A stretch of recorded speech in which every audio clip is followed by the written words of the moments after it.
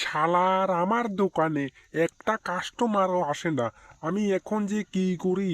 বউ, ও বউ, একটা কাস্টমারও আসলো না আজকে। আমি যে কি করি? আমি এত কথা জানি না। আমার শপিং করতে হবে, তুমি আমাকে টাকা দাও, আমি শপিং করতে যাব। আরে বউ, একটু ধৈর্য ধরো। দেখি কিছু কাস্টমার যদি পাই তাহলে বিক্রি করে তোমাকে শপিং এর টাকা দিব আর কি। আমি দেখি না কাস্টমার পাই কিনা আমি। হ্যাঁ হ্যাঁ হ্যাঁ, তুমি তো রোজ এমন কথাই বলো, কাস্টমার আসে না, কাস্টমার আসে না। আমার এত কথা জানি না।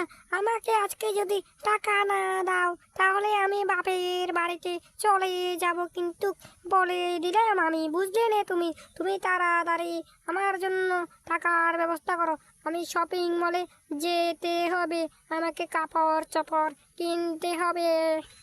আহারে বউ, তুমি তো একটুও আমার কথা বুঝো না। আমি কাস্টমার আসলে বিক্রি করে তারপর তোমাকে কিছু টাকা দিব। তুমি তখন মন ভরে শপিং করতে পারবে। কেন যে তুমি বুঝো না? তোমাকে দিয়ে আমি কি করে যে বুঝাই, একটু ধৈর্য ধরো না।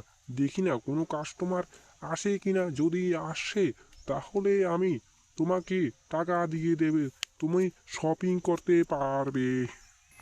আমি তো কপাল পোড়া, তোমাকে বিয়ে করে আমার কোনো লাভে হয়নি।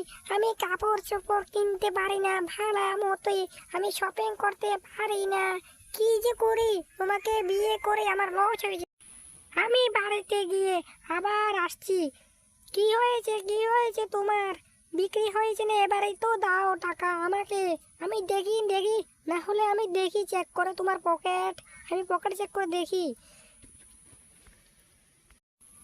দূর ছাতা, এই পচকার কাছে একটা টাকাও নাই।